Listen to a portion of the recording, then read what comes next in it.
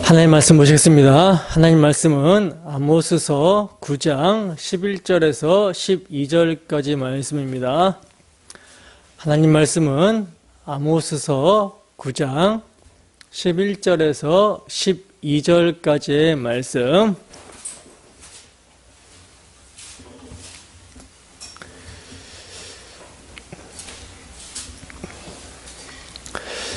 다 찾으셨으면 우리 함께 한 목소리로 합독하도록 하겠습니다. 시작. 그 날에 내가 다윗의 무너진 장막을 일으키고 그것들의 틈을 막으며 그 허물어진 것을 일으켜서 애적같이 세우고 그들이 에돔의 남은 자와 내 이름으로 일컫는 만국을 기업으로 얻게 하리라. 이 일을 행하시는 여호와의 말씀이니라. 아멘. 아모스 파노라마라는 제목으로 하나님 말씀 증거하도록 하겠습니다. 여러분, 우리는 17권의 선지서를 계속해서 한 권씩 한 권씩 파노라마 형식으로 살펴보고 있어요. 이사야서를 시작으로 에레미야서, 에레미야 예가, 에스겔, 다니엘, 호세아, 요엘서까지를 살펴봤었는데, 선지서를 우리가 살펴볼 때 선지서마다 이렇게 떠오르는 단어의 이미지들이 있었죠. 그죠? 그래서 이사야서 하면 뭐가 떠올랐었죠? 이사야서 하면 고난받는 종, 메시아 예언, 이런 것이 이제 떠올랐었고, 에레미야서 하면 뭐가 떠올랐습니까? 눈물의 선지자, 또 이제 새 언약, 이런 단어들이 떠올랐었고요. 그리고 에스겔서는 뭐가 떠올랐었죠? 에스겔서 하면 메마른 뼈에 생기가 들어가는 어떤 이런 이미지가 떠오르고, 다니엘서 하면 70일에 이런 단어의 이미지가 떠오르고요. 호세아서는 뭐가 떠오릅니까? 창녀 고매를 사랑한 선지자의 이미지가 떠오르죠. 그리고 우리가 지난주에 살펴본 요엘서는 어떤 이미지가 떠오릅니까? 어떤 단어의 이미지가 떠오르죠? 마지막이라는 단어, 여호와의 날이라는 그런 이미지가 떠오르죠. 종말, 그죠? 그렇다면 오늘 아모스서를 다 읽어오셨죠? 9장밖에 안 되니까 다 읽어오셨을 거라 생각이 드는데, 아모스서를 읽어오시면서 가장 먼저 이렇게 떠오르는 단어의 이미지가 뭐였습니까? 아모스서를 읽으면서 떠오르는 이미지 뭐였죠? 공의, 정의, 뭐 이런 단어의 이미지가 떠오르지 않았나요? 여러분, 아모스서 하면 정의나 공의 뭐 이런 단어의 이미지가 떠오르기 때문에 자유주의 신학자들, 일명 민중신학자들이나 해방신학자들은요, 아모스서를 인용해서 세상을 정의롭게 만들어야 된다라고 목소리를 높이고 있고요. 사회를 개혁하자, 혁명을 일으키자라고 선동을 하고 있습니다. 그러나 정의를 물같이, 공의를 마르지 않는 강같이 흐르게 해야 된다라는 아모스서의 이 말씀을 자유주의 신학자들, 이 사람들은 잘못 인용을 하고 있는 것이죠. 성경은요, 너희가 사회를 개혁하고 혁명을 일으켜서 너희들 스스로 공의롭고 정의로운 세상을 만들어봐라, 이렇게 말씀하고 있지 않다는 거예요. 아모스서가 말씀하고 있는 정의를 물같이, 공의를 마르지 않는 강같이 흐르게 할지어다 라는 이 말씀을요, 언뜻 보면 마치 인간들에게 그런 세상을 만들어봐라 라는 그런 말처럼 들리지만, 인간들 스스로는 정의와 공의를 실현하지 못한다라는 것이 아모스서 전체적인 메시지, 성경 전체적인 메시지입니다. 때문에 하나님께서는 당신께서 이루실 공의와 정의가 실현되는 메시아 나라를 대망하라고 말씀하고 있는 거예요. 오늘 우리가 본문으로 읽은 말씀을 보시면, 그날에 내가 다윗의 무너진 장막을 일으키고 그것들의 틈을 막으며 그 허물어진 것을 일으켜서 애적같이 세우시겠다라고 이렇게 약속을 하시고 있는데, 이것이 뭡니까? 이것이 인간이 해야 되는 일이 아니라 하나님께서 하실 일이죠. 하나님께서 행하실 일이에요. 그렇다면 여러분, 무너진 다윗의 장막을 일으켜 세우실 하나님의 일, 이 하나님의 일이 나오기 전에는 여러분 어떤 일이 있어야 되는 겁니까? 어떤 일이 있어야 되는 것이죠? 하나님께서 하나님의 일로서 무너진 다윗의 장막을 일으켜 세우신다라고 이렇게 말씀하고 계시는 것은 무너졌기 때문에 이렇게 세우시는 거잖아요. 때문에 다윗의 장막이 무너지는 일이 있어야 되는 거예요. 그러므로 오늘 본문이 있기 전 1장 1절부터 9장 10절까지를 요약하면요, 다윗의 장막이 무너지게 되는 내용입니다. 근데 여러분, 무너지고 넘어짐은요 중요한 것이 아니죠. 무너지고 넘어짐 자체는요 중요한 것이 아니에요. 왜냐하면 그런 일은요 성경 역사에 또 우리 주변에 얼마든지 흔한 일이기 때문이라는 것이죠. 여러분, 아담은요 에덴 동산에서 그 아무것도 부족함이 없는 낙원에서 넘어졌습니다. 우리의 그 위대한 믿음의 선진들, 성경에 나오는 위대한 믿음의 선진들, 아브라함도 그렇고 모세도 그렇고 다윗도 그렇고 솔로몬도 넘어진 적이 있다는 거예요. 그러니 넘어지지 않을 사람이 누가 있겠습니까? 우리만 봐도 그렇죠. 늘 넘어지고 또 넘어집니다. 그러나 이렇게 넘어지는 우리를 누가? 하나님이 그때마다 붙들고 일으켜 세워주시기 때문에 일어설 수 있는 거예요. 그래서 은혜가 아니면 설 수 없다라는 고백이 우리의 입에서 나오지 않을 수 없다라는 것이죠. 그렇다면 여러분, 성경이 왜 무너지고 넘어지는 인간상을 보여주고 있을까요? 구약 성경이, 구약의 역사가 어찌하여 남북 왕조가 공이 멸망하는 것으로 끝나고 있는 걸까요? 이건요, 인간의 행위로는요 구원을 얻을 육체가 없고 인간의 행위로는 가망이 없음을 단적으로 말씀해 주고 있는 거예요. 그러므로 하나님께서 내가 하리라 하고 주권적으로 일으켜 세우시겠다라고 하는 약속하심에 인류의 소망이 있는 것입니다. 여러분, 아모스서도요 이것을 증거하기 위해서 기록한 거예요. 하나님께서는 내가 하리라 하고 주권적으로 일으켜 세워주시겠다라고 하신 약속, 인류의 소망, 이것을 증거하기 위해서 기록된 거라는 거죠. 그러므로 우리는요 아모스서에서 무너진 다윗의 장막을 일으켜 세워주시는 하나님의 은혜에서 뭘 봐야 된다? 소망을 봐야 되는 것입니다.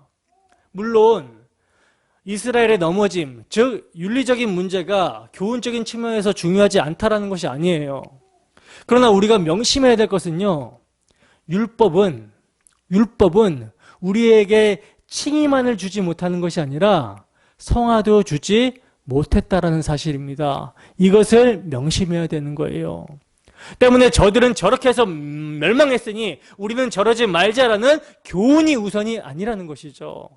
오직 그리스도의 영광의 복음만이 칭의와 함께 성화도 또 영화도 줄 수 있는 능력이 되는 것입니다. 그러므로 부디 이 시간 말씀을 사용하시는 성령의 역사로 말미암아 오직 그리스도의 영광의 복음으로 말미암는 구원의 능력이 우리 모두에게 각성이 되어지는 시간이 되기를 소원합니다. 그리하여 십자가에서 이루어진 참된 정의와 공의로 다스림을 받게 되는 우리의 심령이 되기를 주님의 이름으로 축원합니다.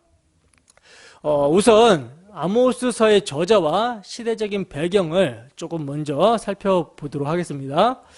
아모스서 1장 1절 볼까요? 아모스서 1장 1절입니다.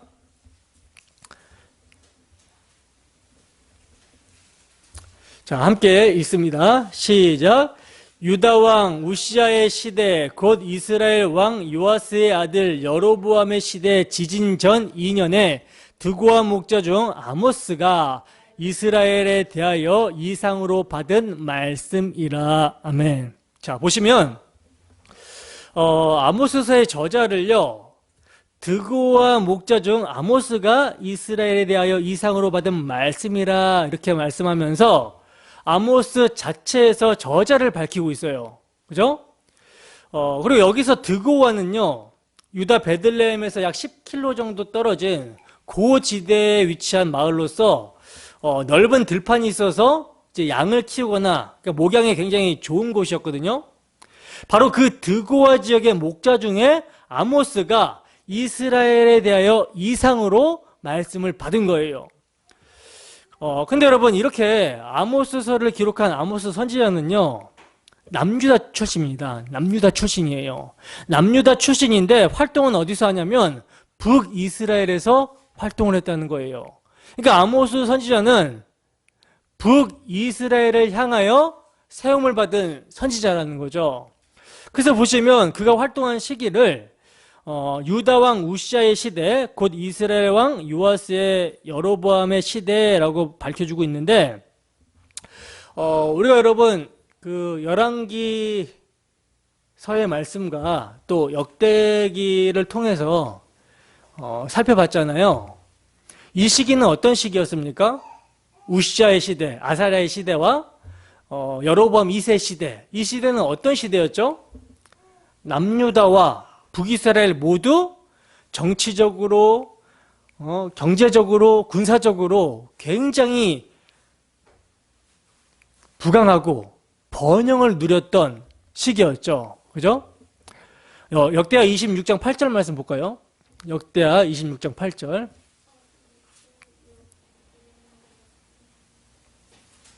지금 배경을 보고 있는 거예요. 역대하 26장 8절.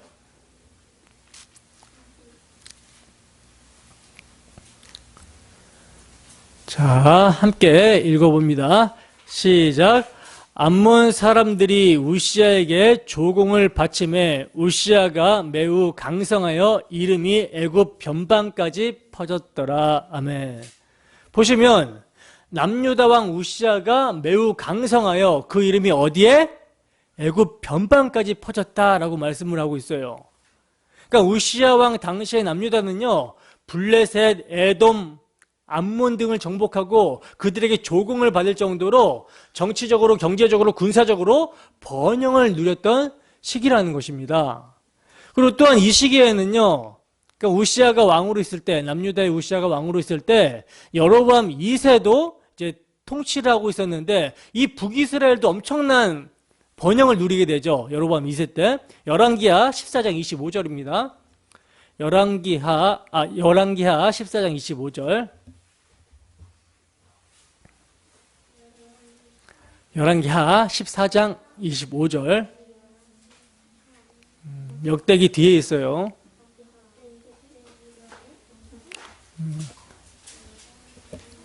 뒷장으로 펴야 돼요. 뒷장으로. 앞으로 넘기지 말고. 네. 함께 읽습니다. 시작. 이스라엘의 하나님 여호와께서 그의 종 가드헤벨 아비떼의 아들 선지자 요나를 통하여 하신 말씀과 같이 여로보암이 이스라엘 영토를 회복하여 하맛 어귀에서부터 아라바까지 하였으니, 보시면 지금 이 시기는요, 약 주전 750년경의 시대인데, 당시 국제 정세가 어땠냐면 이스라엘에게 줄곧 위협이 되던 아람과, 그러니까 수리아, 아람과 및 아수르의 쇠퇴가 있었어요. 쇠퇴와 함께 여로보암 2세 정치적 수완에 의해서 다윗과 솔로몬 시대의 버금가는 황금 시대를 형성을 해버립니다. 그러니까 아모스서의 시대적 배경은요, 남유다와 북이스라엘 모두 공히 정치적인 안정과 물질적인 풍요를 엄청나게 누린 시기였다는 거예요. 그런데 여러분, 이런 풍요와 번영의 시기가 좋은 것 같아 보이죠? 좋은 것 같아 보이잖아요. 그러나 이 시기에 이스라엘의 영적 상태는요, 완전히 퇴폐한 시대였습니다. 사람들의 사치는 극에 달았고요, 약육강식이 행해지면서 정의와 공의는 자취를 감추는 한편 신앙 없는 형식적인 예배 및 제의가 행해졌어요. 그러니까 영적으로는 완전히 암흑시대였던 것이죠. 이런 영적인 형상, 이 암흑기와 같은 영적인 현상은 남북 두 왕국에 있어서 공통적인 현상이긴 했지만 특히 북왕국에 있어서요, 그 중심적 성소인 베델을 비롯하여 길갈, 브엘세바 등의 성소에서 형식적으로는 굉장히 성대한 제사가 드려졌어요. 형식적으로는. 그러나 제사의 정신은 빠져버립니다. 우상 숭배와 다름없는 제사를 드리고 있었어요. 그러니까 제사의 정신은 공허가 되고 우상 숭배가 행해지고 있었다는 거죠. 근데 여러분 한번 생각해 보세요. 남유다나 북이스라엘이나 당시에 이렇게 정치적인 안정감, 물질적인 풍요를 누렸습니다. 그러니 사람들이 어떤 생각을 가졌을까요? 어떤 생각을 가졌을까요? 이들이 제사를 안 드린 게 아니에요. 제사 열심히 드렸어요. 그러니까 오늘날로 말하면 예배를 열심히 드렸습니다. 종교행위 열심히 했어요. 근데 막 번영하고 부강하고 정치적으로, 군사적으로, 경제적으로 막 잘 살게 됐어요. 번영이 일어났어요. 그러니 사람들이 어떤 생각을 가졌을까요? 자기들이 이렇게 하나님을 열심히 잘 섬겼더니 복을 받게 됐다라고 생각을 했겠죠. 그죠? 누가 오기 전까지? 아모스 선지자가 오기 전까지. 여러분 바로 이러한 번영과 풍요의 시기에, 그러나 영적으로는 완전히 암흑기인 시기에 하나님께서는 아모스 선지자를 택하셔서 북이스라엘의 선지자로 세우십니다. 근데 여러분 아모스 선지자는요, 정식적으로 교육을 받은 선지자들이나 제의적인 선지자들처럼 전문적인 선지자가 아니었어요. 그는 양떼를 소유하고 있었고요, 무화과 열매를 재배해서 부수입을 얻었던 평범한 사람이었습니다. 오늘날로 말하면 그냥 평신도죠. 그죠? 아모스서 7장 14절에서 15절 말씀입니다. 아모스서 7장 14절에서 15절 말씀. 아모스서 7장 14절에서 15절 말씀. 자, 함께 있습니다. 시작. 아모스가 아마샤에게 대답하여 이르되 나는 선지자가 아니며 선지자의 아들도 아니라 나는 목자요 뽕나무를 재배하는 자로서 양떼를 따를 때 여호와께서 나를 데려다가 여호와께서 내게 이르시기를 가서 내 백성 이스라엘에게 예언하라 하셨나니. 아멘. 보시면 아모스 선지자 자신이 뭐라 그래요? 나는 선지자가 아니며 선지자의 아들도 아니라 나는 목자요 뽕나무를 재배하는 자다, 이렇게 말을 하고 있어요. 여러분 선지자가 이렇게 말을 한 것은요, 자신이 선지자가 된 것이 사람들에게서 난 것이 아니요, 사람으로 말미암은 것도 아니요, 오직 하나님으로 말미암아 된 것임을 나타내는 말입니다. 그러므로 나는 전하라 하시는 말씀만을 전할 뿐 내놓을 것이라고는 아무것도 없는 사람이라고 하는 그런 뜻이 들어있는 거예요. 이건 뭡니까? 세상에 미련하고 약하고 천하고 멸시받고 없는 것들을 택하사 있는 것을 폐하려고 하시는 하나님의 방도죠. 여기에는요, 여러분 기존의 직업적인 선지자나 종교가들을 불신하는 의미가 내포되어 있는 거예요. 자신에게 자랑할 것이라고는 아무것도 없는 사람, 그리하여 누구보다도 더욱 하나님만을 의뢰하여 여호와께서 말씀하여 이르시되 하고 담대히 하나님의 말씀을 전하는 사람이 바로 아모스 선지자였습니다. 그러므로 여러분 이러한 아모스를요 선지자로 세우심은요 정말 파격적인 택하심이에요. 정말 파격적인 것입니다.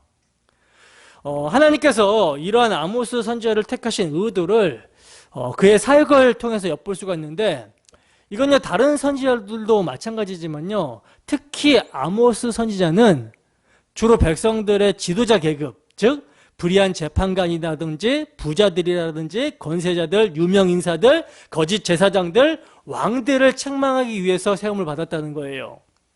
왜냐하면 백성을 잘못 인도하고 있는 책임이 누구에게 있어요? 지도자들에게 있었기 때문이라는 것이죠. 그러므로 아모스 선지자의 경고를 보시면 머리를 겨냥하고 있습니다. 머리를 겨냥하고 있는 거예요. 그래서 아모스 선지자를 보면, 선지서를 보면 궁궐이라는 말과 불을 보내리라는 말이 이렇게 반복이 되어서 나오고 있는데, 말인즉 뭡니까? 왕이 거하는 궁에 불을 보내어서 살라버리겠다라는 것이죠. 2장 5절 볼까요? 2장 5절. 2장 5절 말씀입니다. 네, 함께 읽어보겠습니다. 시작. 내가 유다에 불을 보내리니 예루살렘의 궁궐들을 사르리라. 보시면 여기서는 지금 선지자가 남유다 왕궁에 불을 보내겠다라고 말씀을 하고 있고요. 7장 9절 한번 볼까요? 7장 9절. 7장 9절. 자, 함께 읽어봅니다. 시작. 이삭의 산당들이 황폐되며 이스라엘의 성소들이 파괴될 것이라. 내가 일어나 칼로 여로보암의 집을 치리라 하시니라. 아멘. 자, 여기서는 선지자가 뭐라 그래요? 칼로 여로보암의 집을 치시겠다라고 말씀하고 있죠. 여러분, 왕궁을 향해서요, 왕궁을 향해서 이처럼 무서운 예언을 하기 위해서는 이건 뭘 걸어야 됩니까? 목숨을 걸지 않고는, 생명을 내놓지 않고서는 불가능한 일입니다. 불가능한 일이에요. 바로 이러한 사명을 감당하기 위해서 하나님께서는 직업적인 선지자가 아니라 세례요한과 같은 들사람, 순수하고 투박하고 겉모르는 농부를 들어다 쓰셨던 것입니다. 이런 용기와 배짱이 있어야 되는 거 아닙니까? 오늘날 절실하게 필요한 거죠, 그죠? 자, 그러면 이제 아모스서의 구조를 보겠습니다. 아모스서의 구조. 아모스서는 이것도 물어보고 가야지. 총 몇 장이지? 9장. 총 9장으로 구성이 되어 있어요. 9장으로 구성이 되어 있는데, 이것을 이제 네 부분으로 나누어 볼 수 있거든요. 첫 번째 부분은 1장부터 2장까지가 첫 번째 부분인데, 그 내용은요, 이스라엘 주변의 8민족에 대한 심판을 선언하는 것으로 시작이 되는데, 초점은 유다와 북이스라엘로 좁혀지고 있다는 것이 초점이에요. 그 내용입니다. 그래서 다메섹에 임할 심판을 말을 하고, 또 가사에 임할 심판, 두로에 임할 심판, 에돔에 임할 심판, 암몬에 임할 심판, 모압에 임할 심판, 그 다음에 유다에 임할 심판, 그리고 이스라엘에 임할 심판, 이렇게 유다와 이스라엘로 좁혀지고 있다는 거예요. 그리고 이제 두 번째 부분은 3장부터 6장까지가 두 번째 부분으로 나눠볼 수 있는데, 그 내용은요, 세 편의 설교를 통해서 이스라엘의 심판을 선언하고 있는 것이 그 내용입니다. 이스라엘의 현재와 과거와 미래에 대해서 설교를 하는데, 여호와의 말씀을 들으라 하고 먼저 죄악을 지적한 후에 그러므로 심판이 있을 것이다 라는 구조가 4번이나 반복이 되고 있어요. 그리고 이제 7장부터 9장 10절까지가 세 번째 부분인데, 그 내용은요, 5개의 환상, 즉 메뚜기 환상, 불에 대한 환상, 다림줄에 대한 환상, 여름 실과 환상, 그리고 제단 곁에 계신 하나님의 환상, 이 5 환상을 들어서 말씀하시고 있는 것이 그 내용이에요. 그리고 마지막으로 9장 11절부터 15절까지가 결론인데, 그 내용은요, 이스라엘에 대한 회복의 말씀이 그 내용입니다. 여러분, 비록 5절에 불과한 짧은 문단이지만요, 여기가 앞부분에 진술한 문제에 대한 해답과 소망이 있게 되는 말씀이라는 거예요. 그러므로 1장 1절부터 9장 10절까지의 내용들이 인간의 범죄의 결과로 인한 심판을 선언하는, 심판을 받게 될 것이라는 내용이라면, 9장 11절부터 15절까지의 말씀은 뭡니까? 내가 하리라 하고 하나님께서 주권적으로 행해 주시겠다라고 하는 약속하시는 은혜입니다. 그리고 언제나 해답과 은혜는요, 우리 주 예수 그리스도의 구속으로 말미암아 가능하여진다라는 점에 우리는 확고해야 된다는 거예요. 자, 그러면 이제 구속사적인 관점으로 전체적인 내용을 조망해 보도록 하겠습니다. 아모스서 1장 2절입니다. 아모스서 1장 2절 말씀. 자, 함께 읽습니다. 시작. 그가 이르되 여호와께서 시온에서부터 부르짖으시며 예루살렘에서부터 소리를 내시리니 목자의 초장이 마르고 갈멜산 꼭대기가 마르리로다. 아멘. 여러분, 우리가 지금 읽은 이 말씀은요, 아모스서로 올바로 접근하여 바르게 해석할 수 있도록 해주는 키워드와 같은 말씀이거든요. 여러분, 하나님께서는 왜 시온에서, 예루살렘에서 부르짖으신다라고 말씀하고 있는 걸까요? 시온에서, 예루살렘에서 지금 부르짖으신다라고 말씀하고 있거든요. 왜 부르짖으신다라고 말씀하고 있는 걸까요? 말씀하여 이르시되 라고 해도 되는데 부르짖으신다 라고 말씀하고 있어요. 왜냐하면 거기에 바로 예루살렘과 시온에 바로 뭐가 있기 때문에 하나님의 성전이 있기 때문이라는 거예요.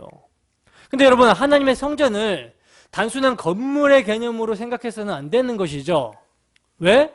왜냐하면 성전은 그림자예요. 그림자가 가리키는 실체가 있습니다. 그리고 하나님은 무엇이 부족한 것처럼 사람의 손으로 지은 곳에 계시지 않기 때문이라는 거죠. 그렇다면 이 성전, 성막을 지으라고 하신 의도가 어디에 있는가? 다시 말하면 성전이 누구의 모형인가 하는 구속사적인 맥락에서 우리가 이해를 해야지만이 아모스서를 바르게 접근하게 되는 거예요. 하나님의 영으로 충만했던 다윗은요, 그 당시에 이미 이것을 알고 있었습니다. 그래서 이스라엘의 구원이 어디서 나온다? 시온에서 나오기를 원한다라고 그의 시편에서 고백했던 것이죠. 그리고 이사야 선지자도요, 여호와의 말씀이니라 구속자가 시온에 임하며 라고 예언하면서 그리스도가 시온에서 나실 것임을 증거하고 있었던 거예요. 더 나아가 다윗은요, 시편에서 하나님께서 내가 나의 왕을 내 거룩한 산 시온에 세웠다 하시리로다 하고 말씀하고 있고요. 뿐만 아니라 성경의 마지막 책인 계시록에서도요, 또 내가 보니 어린 양이 어디에? 시온산에 섰고 그와 함께 14만 4천 명이 섰는데 하고 말씀하고 있습니다.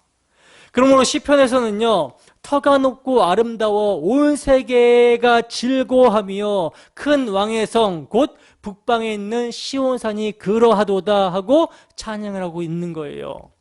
이렇게 여러분, 시온은요, 큰 왕의 성이요, 온 세계의 중심이요, 수도인 셈이라는 거죠. 모세는 여호와께서 너희를 기뻐하시고 너희를 택하심은 너희가 다른 민족보다 수요가 많은 연고가 아니라 너희는 모든 민족 중에 가장 적으니라 이렇게 말씀했습니다. 그러나 그럼에도 불구하고 하나님께서는요, 이스라엘을 지구의 중심, 즉 세계 열방의 중심으로 보고 계시는 거예요. 자, 그렇다면 왜 어찌하여 여호와께서는 시온에서 부르짖는다라고 말씀하고 있는 것인가? 왜 지금 이스라엘이 세계 열방의 중심임에도 불구하고 하나님께서는 시온에서 부르짖는다라고 말씀하고 있는 것입니까? 그것은요, 이방 나라들이 여호와와 그의 기름 부음 받은 자를 대적하고 있기 때문이라는 거예요. 그러므로 그 부르짖음에 목자의 초장이 마르고 갈멜산 꼭대기가 마르리로다라고 말씀합니다. 그러니까 이 말씀은요, 시편 46편 6절에 문 나라가 떠들며 왕국이 흔들렸더니 그가 소리를 내심에 땅이 녹았도다라는 의미예요.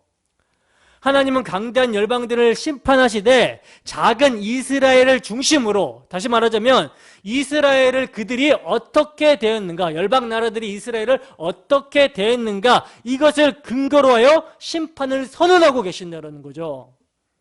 그러므로 이 심판 선언이 1차적으로는 아모스 당시의 열방을 심판하심이라고 하여도 온전한 성취는 어디에서?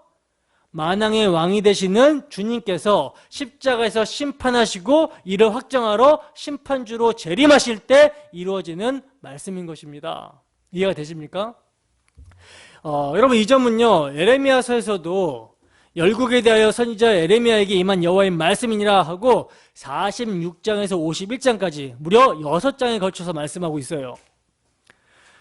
다시 강조합니다만 이방 나라에 대한 궁극적인 심판은요, 하나님께서 십자가에서 당신의 아들에게 진노를 쏟아 부으심으로 이루어지는 심판이고 예수님의 재림 시 확증이 된다는 예언이에요. 따라서 이방 나라가 심판받게 되는 원인은요, 그리스도를 대적한 죄 때문임을 우리는 명심해야 되는 것입니다.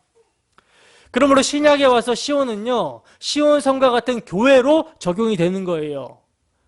그렇기 때문에 이제도 하나님은 어디에 계십니까? 시온, 즉 교회에 계시며 시온에서 부르짖으시니라고 말씀을 하고 계시는 것이죠. 그러므로 여러분, 오늘날 교회 강단에서 말씀이 바르게 선포되고 있느냐, 안 되고 있느냐, 이 여부는요, 참 교회와 거짓 교회를 분별하는 표지가 되는 것입니다. 그리고 세계 역사는 교회를 중심축으로 하여서 회전하고 있다라는 각성이 있어야 된다라는 거예요. 여러분, 이 시온에서 부르짖으시는 여호와의 모습을요, 시온에서 부르짖으시는 여호와의 모습을 아모스 선지자는 어떻게 비유를 하고 있냐면, 사자가 움킨 것이 없는데 어찌 숲풀에서 부르짖겠으며 젊은 사자가 잡은 것이 없는데 어찌 굴에서 소리를 내겠느냐라고 하면서 사자의 부르짖음에 여호와의 말씀을 비유하고 있어요. 사자의 부르짖음에. 여러분, 사자가 잡은 것이 없다면 소리를 내겠습니까? 안 내겠습니까? 잡은 것이 없어요, 사자가. 소리를 낼까 안 낼까요? 안 내죠. 왜? 사자가 소리를 내면은 어떻게 되겠습니까? 동물들이 다 도망가죠, 사자 소리가 나면. 이와 같이 아모스 선지자가 여호와의 말씀으로 부르짖는 심판은요, 사자가 수풀에서 자기가 먹을 먹거리를 잡고 부르짖는 것과 똑같이 심판의 확실성을 얘기하고 있는 거예요. 심판은 확실하다라는 것입니다. 그러니까 도망갈 수가 없다는 거예요. 때문에 아모스서를 상고하다 보면요, 점점 가까워지는 심판의 발자국 소리를 듣게 됩니다. 쿵 하고 저 멀리 다메섹으로부터 들려오기 시작한 심판의 발자국 소리는 가사와 두로와 에돔과 암몬과 모압에서 쿵쿵 하고 점점 가까이 다가오고 있어요. 이 나라들은요, 이스라엘의 주변 국가들인데 이들에게 물으시는 제목들은요, 직접적이든 간접적이든 하나님의 백성들에게 강포를 행한 죄들입니다. 하나님께서는 이것을 잊지 않으시고 행한 대로 보응하신다라는 거예요. 왜냐하면 하나님의 백성들을 괴롭힌 죄가 곧 하나님께서 이루어 가시려고 하시는 하나님 나라의 건설을 대적한 것이 되기 때문이라는 것이죠. 마찬가지로 여러분, 구약의 이스라엘 백성들, 이거 신약으로 말하면 교회인 우리잖아요. 우리를 대적하는 세력들이 있어요. 우리가 하나님 나라로 지어져 가는데, 하나님 나라로 완성이 되어져 가는데 대적하는 세력들이 있어요. 이 대적들 누가 보내시죠? 하나님이 보내시거든요. 하나님이 보내시는데 교회를 교육하는 그 용도로 이렇게 보내시는데 이 교육이 끝나고 나면 폐기시킵니다. 그래서 여러분, 우리는요, 악을 악으로 갚지 말아야 될 이유가 여기 있는 거예요. 하나님이 심판자예요. 그러니까 심판은 누구에게 맡겨야 돼요? 하나님께 맡겨야 된다는 거죠. 이게 굉장히 쉽지 않죠. 어떤 대적자를 만나게 되면 맞서고 싶잖아요. 붙고 싶잖아요. 근데 죽으라는 것입니다. 매를 순이 맞으라는 거예요. 그러면 하나님께서 이제 교육할 거 교육 다 하신 다음에 이거 이제 싹 걷어가시는 거예요. 환경을 바꿔달라고 기도할 것이 아니라 우리의 마음의 상태를 바꿔달라고 기도해야 돼요. 하나님이 주신 시험을 잘 통과할 수 있도록 하나님의 주권을 인정하고 그분께 기도하고 그분을 의지하는 그런 모습으로 가게 해달라고 기도를 하셔야 돼요. 그러면 이게 싹 지나갑니다. 그리고 이제 심판자의 발자국 소리는 바로 옆 유다에서까지 이르러 여호와께서 이와 같이 말씀하시되 유다의 서너 가지 죄로 말미암아 내가 그 벌을 돌이키지 아니하리니 이는 그들이 여호와의 율법을 멸시하며 그 율례를 지키지 아니하고 그의 조상들이 따라가던 거짓 것에 미혹되었음이라 하고 심판을 선언하고 있는 거예요. 심판을 선언하시는 것입니다. 여기서 유다의 죄를 지금 크게 두 가지로 들고 있거든요. 첫 번째는 뭡니까? 여호와의 율례를 이들이 멸시했다라는 거예요. 이것은요, 정확하게 말씀을 드리면 하나님의 언약 백성에게 주시는 교훈입니다.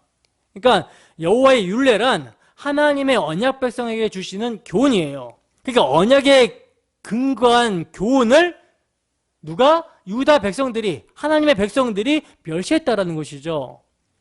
그리고 둘째는요, 거짓 것에 미혹이 되었다라고 말씀하고 있습니다. 즉 우상을 숭배한 죄를 말씀하고 있는데 이건요, 앞서 심판을 선고한 6 이방 나라들에게는 묻지 않았던 제목이죠. 지금 심판의 발자국 소리는 바로 옆 유다까지 지금 이르렀는데, 그래서 제목을 말씀하고 있는데, 이건 앞서 심판을 선고한 6 이방 나라들에게는 묻지 않았던 제목들이에요. 왜냐하면 그들에게는 뭐가 없어요? 여호와의 율례, 다른 말로 언약에 근거한 교훈이 없었기 때문이라는 거죠. 여러분, 여호와의 율례는요, 이는 구원이 유대인에게서 남이라, 이것을 이루시기 위해서 하나님께서는 선민 이스라엘에게만 주셨던 구별된 법이었어요. 근데 이것을 멸시하고 있었다는 것은 뭡니까? 이들이 하나님과의 언약을 망각하고 하나님과의 언약을 버렸다는 것입니다. 다른 말로 하나님의 언약을 믿지 않았다는 거예요. 그래서 드디어 심판의 발이 쾅 하고 이스라엘 위에 떨어지고 있는 거라는 거죠. 여러분, 성경이 이러한 순서로 말씀하고 있는 것은요, 결코 무심한 일이 아닙니다. 하나님의 백성이 되었다라는 영광스러움의 중심에는 하나님께서 세워주신 메시아 언약이 있다는 거예요. 그리고 그 언약에 근거한 삶이 있습니다. 근데 메시아 언약을 망각하게 되면 뭐가 나올 수 없어요? 언약에 근거한 삶이 나올 수 없는 거라는 거죠. 때문에 언약을 망각한 상태에서는요, 결코 제사장 나라가 될 수 없는 거예요. 하나님께서는 이스라엘 백성들을 제사장 나라로 세우셨습니다. 중보자로 세우셨어요. 이들을 보고, 이스라엘 나라를 보고 열방을 통해서 열방 나라들이, 야, 하나님은 계시구나, 이것을 알게 하기 위해서 세우셨다라는 거예요. 근데 언약 백성이 언약을 망각해 버렸어요. 그것도 메시아 언약을 망각해 버렸습니다. 이건 제사장 나라가 결코 될 수 없는 거라는 거죠. 그러므로 3장 2절을 보시면, 내가 땅의 모든 족속 중에 족속 가운데 너희만 알았나니 그러므로 내가 너희 모든 죄악을 너희에게 보응하시겠다라고 말씀하고 있는 거예요.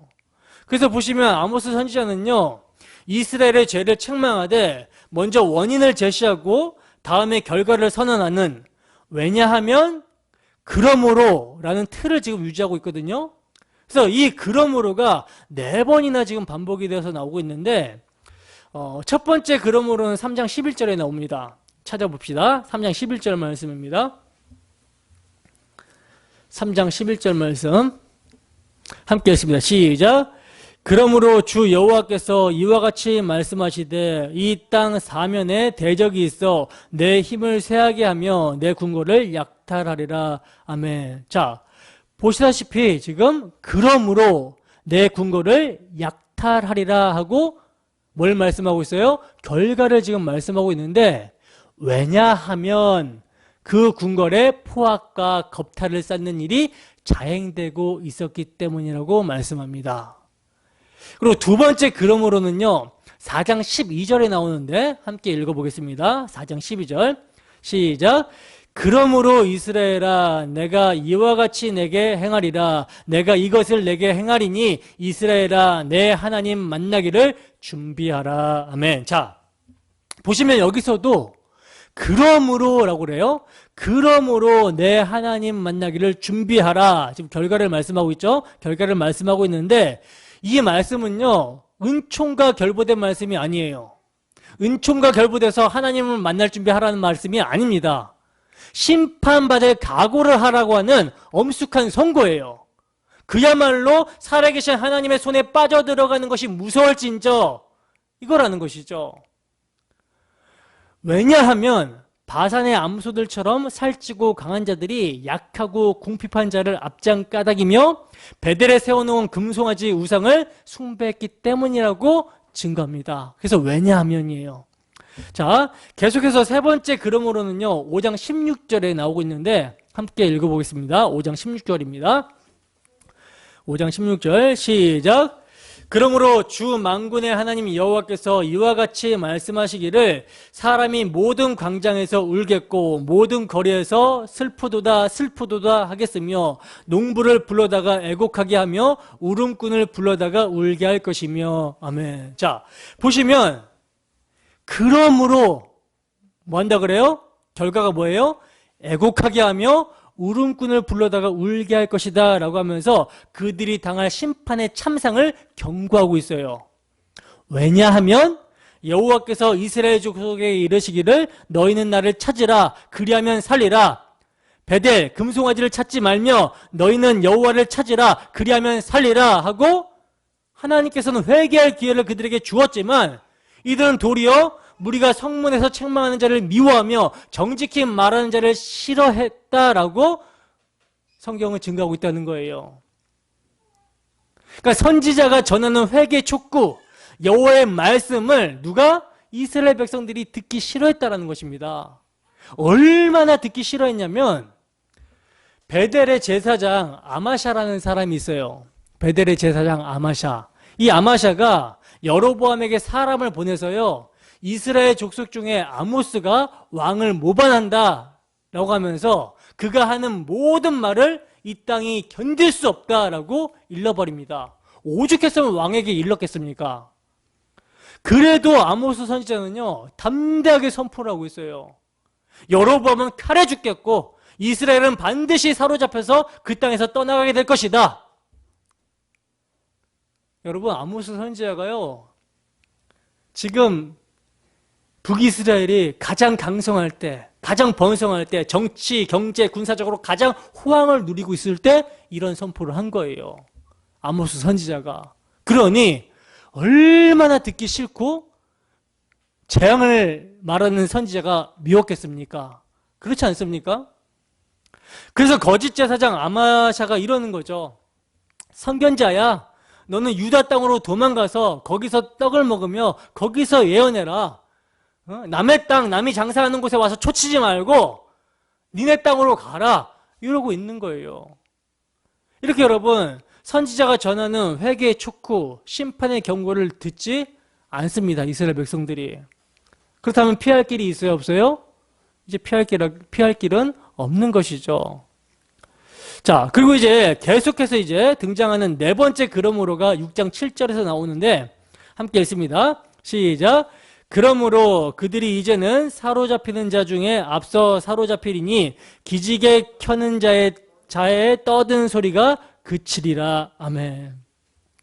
보시면 그러므로 결과가 뭐예요? 그들이 이제는 사로잡히는 자 중에 앞서 사로잡히리니 하고 지도자들이 먼저 포로가 될 것을 경고하고 있는 거예요. 왜냐하면 여호와의 경고를 무시하고 흉한 날이 멀다 하여 강포한 자리로 가까워지게 하고 상하상에 누우며 침상에서 기지개를 켜며 비파에 맞춰서 헛된 노래를 지절거리며 라는 연락에 백성의 지도자라는 사람들이 빠져 있었기 때문이라는 거죠. 그리고 여러분, 아모스 4장에서는요 5번이나 너희는 내게로 돌아오지 아니하였느니라, 너희가 내게로 돌아오지 아니하였느니라 하고 반복해서 말씀하고 있는 것으로 볼 때 이것이 여러분 하나님의 마음이거든요. 그러니까 하나님의 마음이 어떤지를 알 수가 있는 것이죠. 저들이 돌아오기를 얼마나 원하셨는가, 얼마나 오래 참으셨는가, 이게 하나님 마음이에요. 그래야 이제 저들이 이제 심판을 당한다 해도 핑계할 수 없음을 말씀해주고 있는 것입니다. 하나님께서 저들이 돌아오게 하시려고 어떻게 애를 썼는지, 얼마나 애를 썼는지 한번 보겠습니다. 4장 6절. 4장 6절을 보시면요, 너희 이를 깨끗하게 하여, 즉 음식이 들어가지 못하도록 각 처소에 양식이 떨어지게 했다는 거예요. 하나님께서 이들을 돌아오게 하시려고. 그런데도 뭐라 그래요? 너희가 내게로 돌아오지 아니하였다라고 말씀합니다. 그리고 7절에서 8절, 4장 7절에서 8절에서 보시면 하나님께서 이들을 돌아오게 하시려고 비를 멈춰 가뭄이 들게 하여 마시지 못하겠다라고 그랬어요. 그런데도 뭐라 그래요? 너희가 내게로 돌아오지 아니하였다라고 말씀하고 있습니다. 계속해서 9절도 보시면요, 내가 재앙과 깐부기 재앙으로 너희를 쳤으며 팥중이로 너희 많은 동산과 포도원과 무화과 나무와 감람나무를 다 먹게 하였다라고 말씀하고 있는데, 이렇게 하셨음에도 불구하고, 이렇게 하신 목적은 돌아오게 하시기 위해서 이렇게 하셨는데, 이렇게 하셨음에도 불구하고 너희가 내게로 돌아오지 아니했다라고 그래요. 그리고 10절에서는요 내가 너희 중에 전염병을 보내기를 애굽에서 한 것처럼 하였으나, 그러니까 이들을 돌아오게 하려고 애굽에서 전염병을 하나님께서 보내셨듯이 이들에게 보냈는데도 너희가 내게로 돌아오지 아니하였느니라 하십니다. 11절에서는요, 내가 너희 중에 성읍 무너뜨리기를 하나님인 내가 소돔과 고모라를 무너뜨림과 같이, 그러니까 전쟁 또는 지진으로 하였으나 너희가 내게로 돌아오지 아니하였다라고 말씀하고 있어요. 그러므로 어떻게 되겠습니까? 그러므로 이스라엘아, 내가 이와 같이 내게 행하리라. 내가 이것을 내게 행하리니 이스라엘아, 내 하나님 만나기를 준비하라. 심판을 준비하라는 것입니다. 여러분, 그리고 또 아모스서에서 중심적인 주제 중 하나가 정의와 공의거든요. 정의와 공의. 그래서 아모스 선지자가 백성들에게 요구하기를 정의를 쓴 쑥으로 공의를 땅에 던지는 자들아 이렇게 책망하시면서 정의를 물같이 공의를 마르지 않는 강같이 흐르게 하라고 권고하여 말씀하고 있다는 거예요. 그래서 6장 12절에서도 너희는 정의를 쓸개로 바꾸며 공의의 열매를 쓴 쑥으로 바꾸며 라고 말씀을 하고 있죠. 근데 여러분, 서두에서도 제가 말씀을 드렸다시피 정의와 공의를 사회 정의라는 개념으로만 생각하면 안 된다는 거예요. 우리가 전제해야 되는 것은요, 우리가 지금 아모스서를 보면서 전제해야 되는 것은 지금 아모스 선지자는 구약 교회를 향하여 설교를 하고 있다는 것입니다. 그리고 오늘날 아모스서는요, 현대 교회에게 주어진 말씀이라는 거예요. 하나님의 말씀은 예수 그리스도는 어제나 오늘이나 영원토록 동일합니다. 여러분, 하나님께서는요, 철학자들이 꿈꾸는 이상국가를 건설하시려고 하시는 게 아니에요. 공의와 정의가 시행되는 나라가 어느 나라입니까? 인간 나라에서는 찾아볼 수가 없어요. 어떤 나라가 공의와 정의가 시행되는 나라입니까? 찾아볼 수가 없습니다. 그렇게 만들 수도 없어요. 죄인들은. 여러분, 성경에서 정의와 공의는요, 히브리어로 미시파트, 체타카라는 단어인데 이건요, 오직 예수를 통한 의밖에 없다라는 말이에요. 오직 예수를 통한 의밖에는 없다라는 말이에요. 그러니까 정의와 공의가 시행되는 나라는 오직 메시아가 통치하고 메시아가 다스리는 왕국이라는 것이죠. 그래서 이사야 선지자를 통해서도 예언하기를 뭐라고 예언하고 있냐면 이사야서 9장 6절에서 7절 말씀입니다. 이사야서 9장 6절에서 7절 말씀. 이사야서 9장 6절에서 7절 말씀. 자, 함께 읽습니다. 시작. 이는 한 아기가 우리에게서 낳고 한 아들을 우리에게 주신 바 되었는데 그의 어깨에는 정사를 메었고 그의 이름은 기묘자라 모사라 전능하신 하나님이라 영존하시는 아버지라 평강의 왕이라 할 것입니다. 그 정사와 평강의 더함이 무궁하며 또 다윗의 왕자와 그의 나라에 군림하여 그 나라를 굳게 세우고 지금 이후로 영원히 정의와 공의로 그것을 보존하실 것이라 만군의 여호와의 열심히 이를 이루시리라. 아멘. 보시면 한 아기 한 아들을 우리에게 주신 바 되었는데 그는 어깨에 뭘 메요? 정사를 메었어요. 정사라는 말이 뭡니까? 나라를 다스리시고 통치하는 통치자라는 말이에요. 정사. 그의 이름은 기묘자라고 말씀합니다. 기묘자, 기이하고 놀라운 사람을 일컫는 것이죠. 모사라, 이를 도모하고 이루는 사람이에요. 전능하신 하나님이라 영존하는 아버지라 평강의 왕이라 할 것이래요. 그 정사와 평강의 더함이 무궁하고 그가 어디에 군림한다 그래요? 다윗의 왕자와 그 나라에 군림한다고 말씀합니다.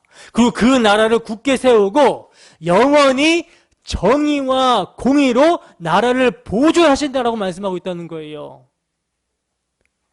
여러분, 공의와 정의를 흐르게 하라고 마치 이들에게 실천하라고 하시는 것 같지만 이를 딱 들을 때 우리는 어떻게 나와야 됩니까?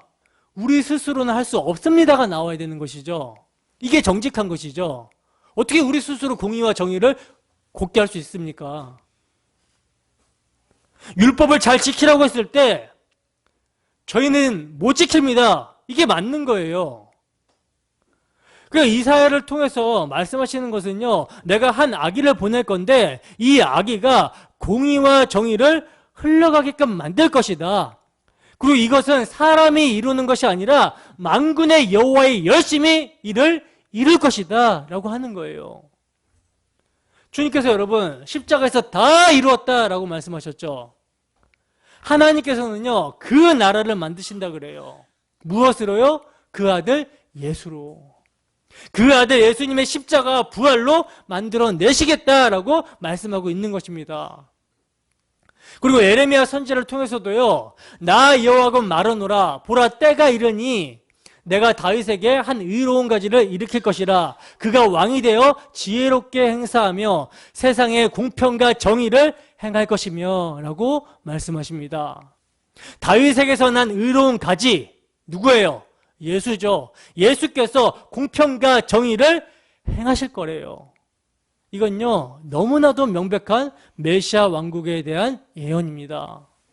그러니까 예수를 통해서만 정의와 공의가 흘러가게 된다라는 것을 아모스서는 말씀하고 있는 거예요.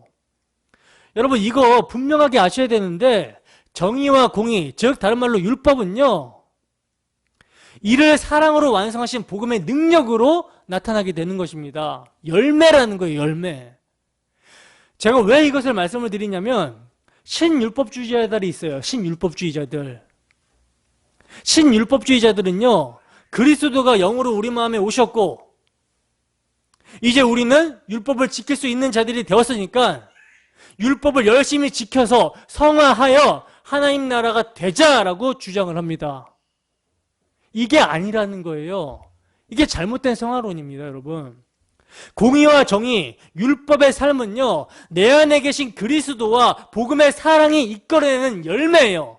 강단에서 복음이 계속 선포되어지고 내가 그리스도와 함께 십자가에 못 박혔다니 그런즉 이제 내가 산 것이 아니요 오직 내 안에 그리스도가, 공의와 정의의 주체이신 그리스도가 우리 안에 살게 되면 하나님의 아들을 믿는 믿음 안에서 공의와 정의가 강물같이 흐르게 되는 거라는 것이죠. 근데 이 복음의 능력을 의지하는 것이 아니라 우리가 예수를 믿었으니까 공의와 정의를 흐르게 해야지 이로 간다면 이건 또다시 신율법주의자가 되는 것입니다. 율법으로 하나님 나라를 만들 수가 없어요. 하나님 나라는 여호와의 열심, 예수님께서 다 이루셨고 그 영을 보내셔서 복음을 통해 그리스도의 사랑으로 역사하는 믿음에 의해서 열매로 만들어 가시는 거예요. 중요한 차이입니다, 여러분. 이게 아니잖아요? 우리 스스로 뭔가 성경에 하라 하지 말라를 이루어 보려고 하잖아요? 성령 의지하지 않고.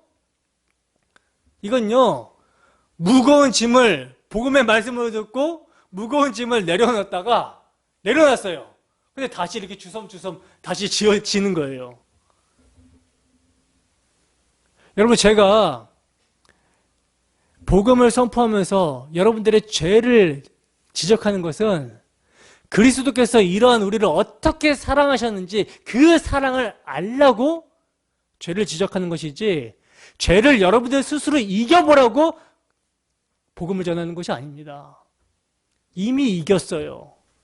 이미 이겼다고요. 근데 이 복음을 너무나 망각을 해버리니까, 너무나 자주 우리가 망각을 하고 육체대로 살라고 하니까 영으로 안 살고, 그러니까 이러한 우리를 그리스도께서 어떻게 사랑하시는지를 계속 말해주는 방법밖에 없어요. 그래서 죄를 지적하시는 것입니다. 그래서 성령께서 정말 우리의 죄의 비참함을 알게 하시고 그리스도께서 우리를 어떻게 사랑하시는지를 깨닫게 되면 정말 심령의 가난함으로, 애통함으로 통곡하게 되는 것이고 눈물이 나오게 되는 것이죠. 회개가 나오게 되는 것이고 마음에 소원을 두시는 하나님의 은혜로 말미암아 다시 새로운 피조물로 하나님에 대해서 살고자 하는 열망이 생기게 되는 것이죠. 그 힘으로 그것을 동력으로 살아가라고 하는 것입니다. 그러니까 여러분, 하나님께서 하시는 거예요. 예수를 보내시고 죽이시는 것까지만 하는 것이 아니라 살리시고 그 영을 보내셔서 우리를 부르시고 부르신 자들을 의롭다 하시고 의롭다 하신 자들을 영화롭게 하시는 모든 것을 하나님께서 하시는 거예요. 그 믿음으로 우리가 인내하며 그 믿음으로 이끄시는 모든 것을 하나님께서 하시는 것입니다. 그러므로 하나님께서 땅의 모든 족속 중에 너희만 알아나니 하고 이스라엘을 선민으로 택하셔서 세우신 신정 왕국은요, 메시아 왕국에 대한 예표로서의 왕국임을 잊어서는 안 되는 거예요. 오늘날로 말하자면 교회라는 거죠. 그래서 교회가 정의와 공의를 흐르게 하기 위해서 잊지 말아야 될 것은 뭐다? 그리스도의 십자가 복음인 것입니다. 잊지 마시기 바랍니다. 그리고 이제 또 아모스 선지자에게 5가지 환상을 보여주셨는데 그중에 다림줄을 띄우고 쌓은 담 곁에 주께서 손에 다림줄을 잡고 서셨더니 내가 다림줄을 내 백성 이스라엘 가운데 베풀고 다시는 용서치 아니하리라 하시는 장면이 나오고 있어요. 이건 뭡니까? 다림줄을 띄우고 쌓은 담, 즉 신정 국가가 너무나 기울어져 버려서 헐어버릴 수밖에 없는, 심판할 수밖에 없는 지경에 이르렀음을 보여주시는 환상인 것이죠. 그러므로 내가 또 보니 주께서 제단 곁에 서서 이르시되 기둥머리를 쳐서 문지방이 움직이게 하며 그것으로 부서져서 무리의 머리에 떨어지게 하라 라는 환상이 뒤따르게 됩니다. 마지막 환상이 뒤따르게 되는데 이 환상 다음에 하시는 말씀이 뭐냐면 그러나 야곱의 집은 온전히 멸하지는 아니하리라 이렇게 말씀을 하고 있다는 거예요. 그러니까 심판을 하나님께서 말씀하고 있는 거거든요. 환상을 통해서 다림줄을 재봤더니 이거 너무 기울어져서 헐어버려야 돼, 무너뜨려버려야 돼, 이렇게 지금 말씀하신 다음에 하시는 말씀이 뭐냐면 그러나 야곱의 집은 온전히 멸하지는 아니하리라 이렇게 말씀을 하고 있어요. 아니 마땅히 멸해야 되는데, 마땅히 멸해야 되잖아요, 여러분. 마땅히 멸해야 되는데 어찌하여 야곱의 집은 온전히 멸하지 아니하리라 이렇게 말씀하시는 것입니까? 이건요, 아브라함과 다윗에게 세워주신 언약, 즉 그의 자손으로 그리스도를 보내셔서 인류를 구원하시려는 하나님의 계획을 이루시기 위해서라는 거예요. 그래서 남기시는 것입니다, 남은 자를. 그러므로 아모스서의 결론이면서 핵심은요, 오늘 본문 9장 11절입니다. 함께 읽습니다. 시작. 그날에 내가 다윗의 무너진 장막을 일으키고 그것들의 틈을 막으며 그 허물어진 것을 일으켜 애적같이 세우고. 아멘. 보시면 하나님께서는요, 그날에 내가 다윗의 무너진 장막을 일으켜 세우고 그것들의 틈을 막으며 그 허물어진 것을 일으켜 세우시겠다라고 약속을 하고 있는데 여기서 다윗의 장막이란 뭡니까? 다윗이 하나님의 성전을 건축하려고 하는 소원을 가졌었잖아요. 그래서 이제 나단 선지자에게 소원을 말했을 때 하나님께서는 나단 선지자의 입을 통해서 다윗에게 뭐라고 말씀하시냐면 네가 어떻게 나를 위하여 집을 건축하겠느냐라고 하시면서 여호와가 내가 너를 위하여 집을 지어주겠다, 집을 지어주겠다라고 약속하셨어요. 이 언약을 의미하는 거예요. 이게 다윗의 장막입니다. 근데 어찌하여 다윗의 무너진 장막이라고 말씀하시는가? 이스라엘 백성들이 하나님께서 다윗에게 세워주신 언약, 즉 내 왕위가 영원히 경고하리라 하신 메시아 언약을 버리고 뭘 쫓아갔어요? 베델과 단에 금송아지를 놔두고 이것을 하나님이라고 하면서 쫓아갔기 때문이라는 거예요. 그리하여 심판을 받게 돼서 멸망을 당하게 됨으로 말미암아 마치 무너진 장막과 같이 되었으나 하나님께서는 내가 하리니 내가 일으키고 세우리라 하고 회복시켜 주시겠다라고 만극한 말씀을 하시는 것입니다. 이건요, 1차적으로는 이스라엘 백성들이 포로에서 귀환하게 될 것을 가리키지만 궁극적인 성취는 뭐예요? 궁극적인 성취는 뭡니까? 보라, 내가 수태의 아들을 낳으리니 그 이름을 예수라 하라. 저가 큰 자가 되고 되겠고 지극히 높으신 이의 아들이라 일컬을 것이요 주 하나님께서 그 조상 다윗의 왕위를 저에게 주시리니 영원히 야곱의 집에 왕노로 하실 것이며 그 나라가 무궁하리라. 이 누가복음 1장에서 성취가 될 말씀인 것입니다. 여러분, 하나님은요 이스라엘의 하나님만이 아니세요. 그러므로 인류의 소망이 여기에 있는 것입니다. 인간의 행위는 언제나 하나님의 계획하심을 무너지게 하지만 하나님은 이렇게 세우신다라는 것이죠. 이것이 하나님 나라의 회복이기 때문입니다. 9장 14절 볼까요?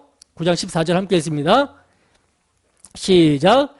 내가 내 백성 이스라엘이 사로잡힌 것을 돌이키리니 그들이 황폐한 성읍을 건축하여 거주하며 포도원들을 가꾸고 그 포도주를 마시며 과원들을 만들고 그 열매를 먹으리라. 아멘.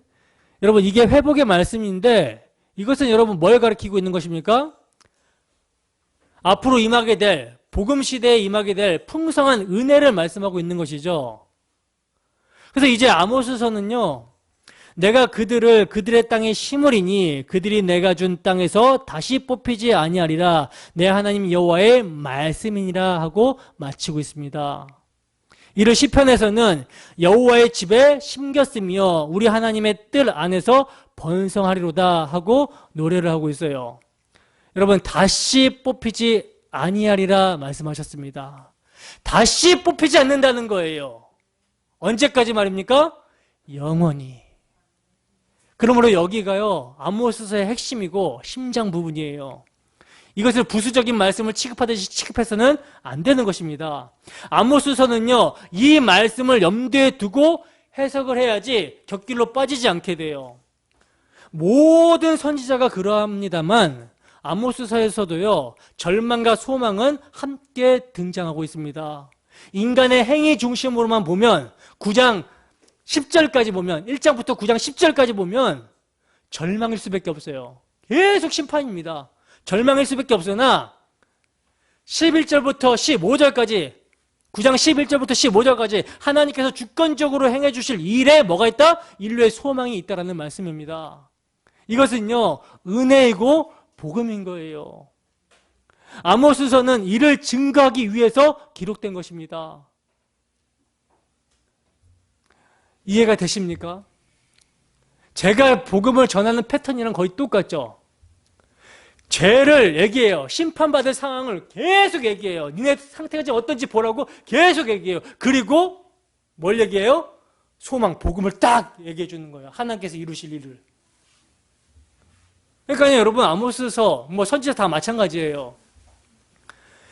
인간의 죄를 폭로하고 드러내는 것은요 우리는 이들처럼 살지 말고 하나님이 원하시고 기뻐하신 뜻대로 살자. 이 교훈이 목적이 아니라니까요.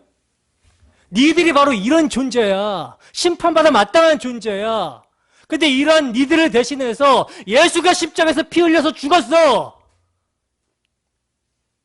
근데 너희들은 예수를 그렇게 십자가에 못 박아 죽였는데 하나님께서는 그 예수를 다시 살리셔서 주와 그리스도가 되게 하셨단다. 그리고 이를 믿는 자들에게 영원한 생명을 주신다고 하시는 거야. 그러니 뭐하라? 예수 믿어. 여러분, 우리 스스로는요 날마다 무너질 수밖에 없습니다. 날마다 무너질 수밖에 없어요. 우리의 삶에서 경험하잖아요. 그러나 의인은 7번 완전히 넘어진 것 같아 보여도 다시 일어섭니다. 왜냐하면 다윗의 무너진 장막을 세우시는 하나님이 우리를 붙들고 오늘날 다윗의 장막인 교회를 붙들고 일으켜 세워주시기 때문이라는 거예요. 그러므로 오늘도 그리스도를 죽음 가운데서 일으키심으로 우리를 함께 일으켜 세우신 복음의 능력으로 세워지시기를 소원합니다. 그래야 그 복음의 능력, 그리스도의 사랑으로 말미암아 공의와 정의가 우리의 삶의 강물처럼 흐르기를 주님의 이름으로 축원합니다. 기도하겠습니다. 사랑해 주님 감사합니다. 부족한 사람이 아둔한 입술을 열어서 주의 복음을 증거했습니다. 하나님, 주님께서는 오늘날에도 무너진 다윗의 장막을 일으켜 세워주시고 있습니다. 하나님, 그 장막은 오늘날 교회입니다. 하나님, 교회 스스로는 부패하고 타락할 수밖에 없으나 주님께서는 이러한 교회인 우리를 대신해서 그 아들을 심판하시고 그 아들 안에서 함께 죽이고 함께 다시 살려서 함께 하늘에 앉혀놓으셨다라는 이 복음이 우리에게 소망이 되는 줄로 믿습니다. 하나님, 오늘도 우리의 모습이 어떤 모습인데 어떤 모습인지를 깨닫게 하시고 이러한 우리를 그리스도께서 어떻게 일으켜 세우셨는지를 알게 하셔서 우리의 마음 가운데 그리스도의 사랑으로 말미암아 아버지의 마음을 알게 하시고 그 아버지의 마음으로 우리가 소망을 품고 세상 가운데 예수의 지인으로 살아가는 데 부족함이 없을 수 있도록 주 성령께서 인도하여 주시고 함께하여 주시옵소서. 감사드리며 거룩하신 예수님 이름으로 기도드립니다. 아멘.